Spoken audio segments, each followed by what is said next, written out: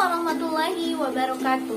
Perkenalkan, nama saya Novi Faturahma, semester 3, Prodi PGSD. Tujuan saya membuat video ini yaitu untuk memenuhi tugas mata kuliah pendidikan seni rupa dan kerajinan tangan yang diampu oleh Bapak Muhammad Raka Reynaldi, SPD MSN, dengan tugas sebagai berikut.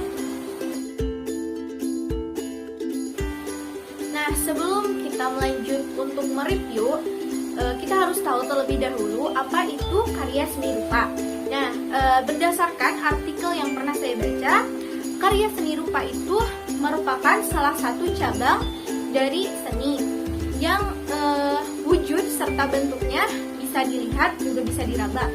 Nah, berdasarkan fungsi serta kegunaannya, seni rupa itu terbagi ke dalam dua macam. Satu ada seni rupa murni, yang kedua ada seni rupa terapan. Nah, apa sih yang dimaksud dengan seni rupa murni? Seni rupa murni itu merupakan sebuah karya seni yang tujuan penciptaannya itu hanya sekedar untuk keindahan, dinikmati keindahannya. Nah, sedangkan karya seni rupa terapan itu merupakan sebuah karya seni rupa yang selain untuk dinikmati keindahannya juga memiliki nilai fungsi guna. Untuk contoh dari seni rupa murni yaitu ada lukisan, patung, relief, dan lain-lain. Sedangkan contoh dari seni rupa terapan ada anyaman, ada kursi, meja, dan lain-lain. Sebenarnya untuk karya seni rupa sendiri di daerah saya itu banyak sih macamnya, tapi yang akan saya bahas, saya review kali ini mengenai anyaman. Nah, untuk anyaman sendiri merupakan serat, bisa serat kayu, ataupun bisa juga menggunakan plastik atau tumbuh-tumbuhan yang dirangkai sedemikian rupa sehingga membentuk suatu benda yang kaku. Nah, biasanya itu berupa perabotan-perabotan. Nah, contohnya seperti ini. Nah, ini merupakan bakul nasi ya. Ini bakul nasi ini di Sunda itu biasanya disebut dengan boboko. Nah, boboko ini merupakan salah satu jenis karya seni rupa yang menggunakan teknik anyam.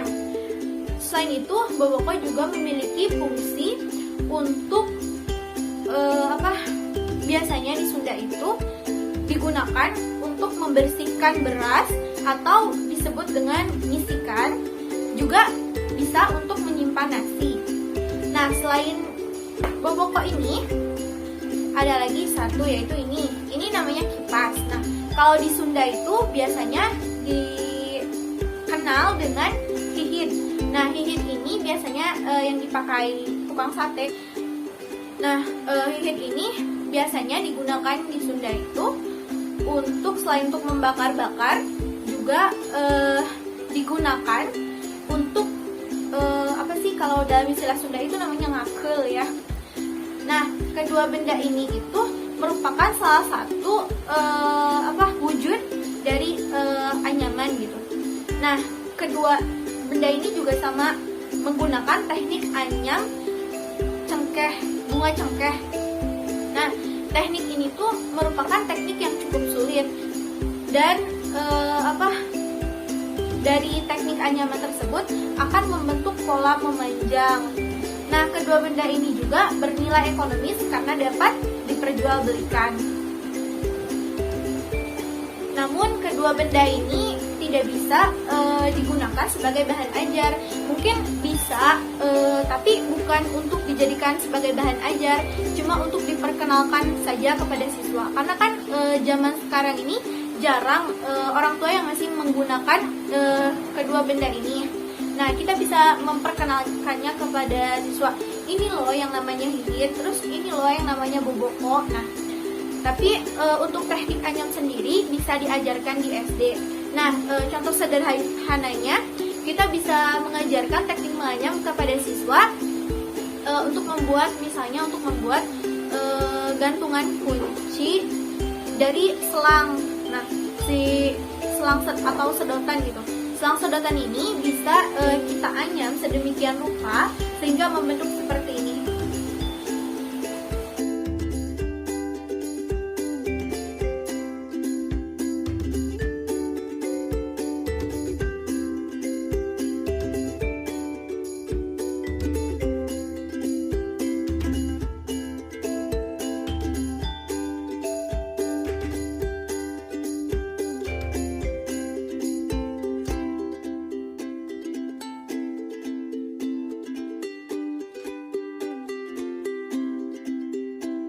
Nah, mungkin hanya itu yang bisa saya sampaikan. Semoga video ini bisa bermanfaat. Selain itu juga semoga video ini sesuai dengan harapan Bapak Pengampu. Dan mohon maaf jika terdapat banyak kesalahan, mungkin dari tutur kata atau penggunaan bahasa dan lain-lain. Kurang lebihnya saya mohon maaf. Wassalamualaikum warahmatullahi wabarakatuh.